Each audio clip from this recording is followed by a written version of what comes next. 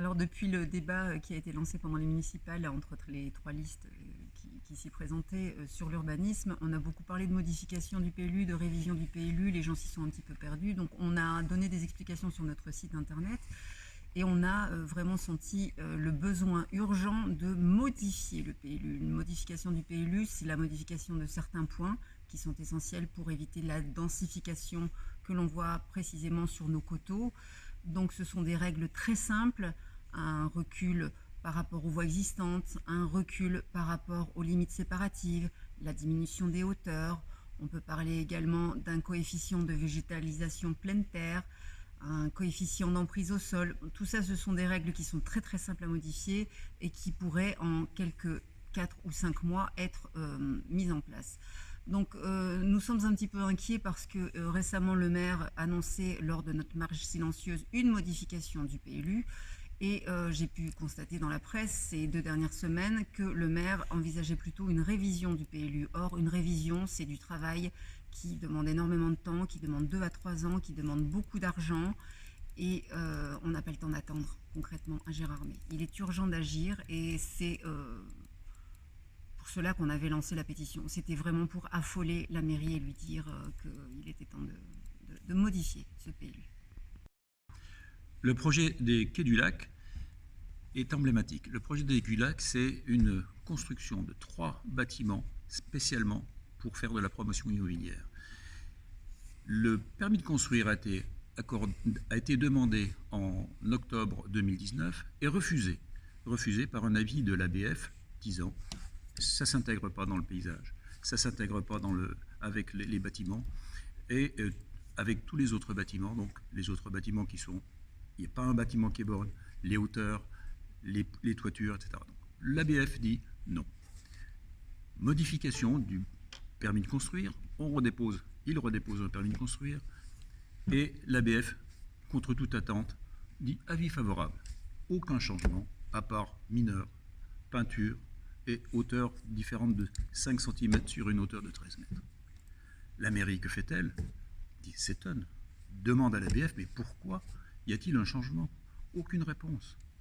L'ABF confirme son avis favorable et en plein confinement, sur un sujet aussi important, sur un dossier aussi primordial, en pleine situation près du lac, accorde le permis de construire.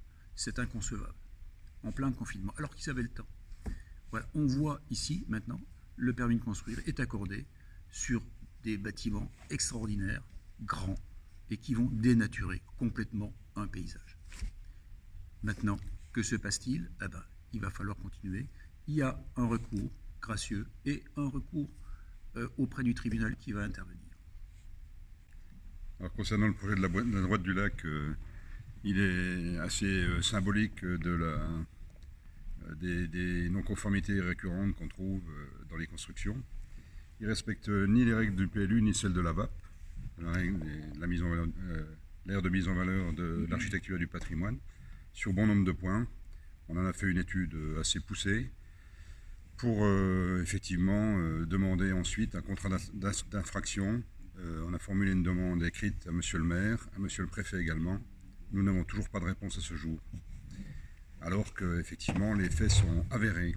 Et le chantier continue, se poursuit dans des conditions qui font que on sait qu'on aura un bâtiment à l'arrivée qui sera de toute façon non conforme et avec même un risque sur un point donné qui est un mur de 6 ou 7 mètres de haut à l'arrière des constructions, sans protection aucune, etc.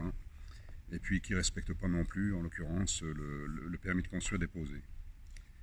Voilà. Alors il y a aussi un point qui est assez significatif aussi sur ce chantier, c'est l'accès pompier, qui doit normalement passer devant une construction qui existe, contourner cette construction pour arriver au-dessus des bâtiments, sans possibilité aucune d'accéder à l'intérieur des logements.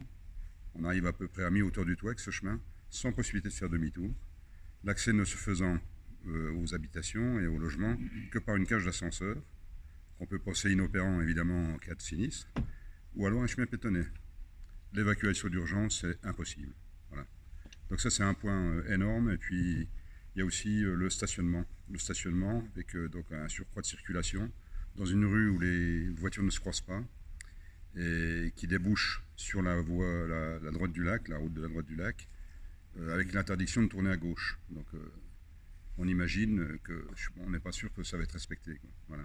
Alors pour conclure, on pourrait dire que l'association a été un petit peu malmenée depuis sa création, mais on s'attendait à prendre des coups. On a tous pensé à arrêter, à démissionner, même Jean-Claude nous a quittés un petit moment. Et puis finalement, on s'est senti soutenu par beaucoup de messages et beaucoup d'appels téléphoniques.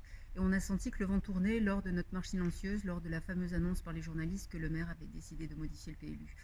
Et on a vraiment senti quelque chose de très fort de la part de la sous-préfète lors de notre rencontre le 11 septembre, où elle nous a accueillis avec une très très grande écoute, accompagnée de membres de la DDT et de la police des eaux. Et on a senti que le message passait, donc ils vont étudier nos dossiers. On leur a fait quelque chose de très synthétique, de très concret. L'ABF et le maire vont être écoutés à leur tour par Madame la sous-préfète. Donc on pense que notre association est d'une grande utilité.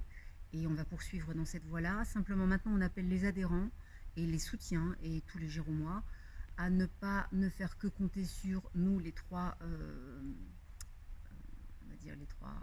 meneurs de cette association, mais de se prendre en main. On est là pour les conseiller, on est là pour les épauler dans leur démarche, mais à eux maintenant de prendre les choses en main quand ils pensent qu'un projet n'est pas conforme dans leur quartier ou que quelque chose va dénaturer ou va manquer d'intégration. Donc voilà, on fait un appel à nos adhérents à se prendre en charge.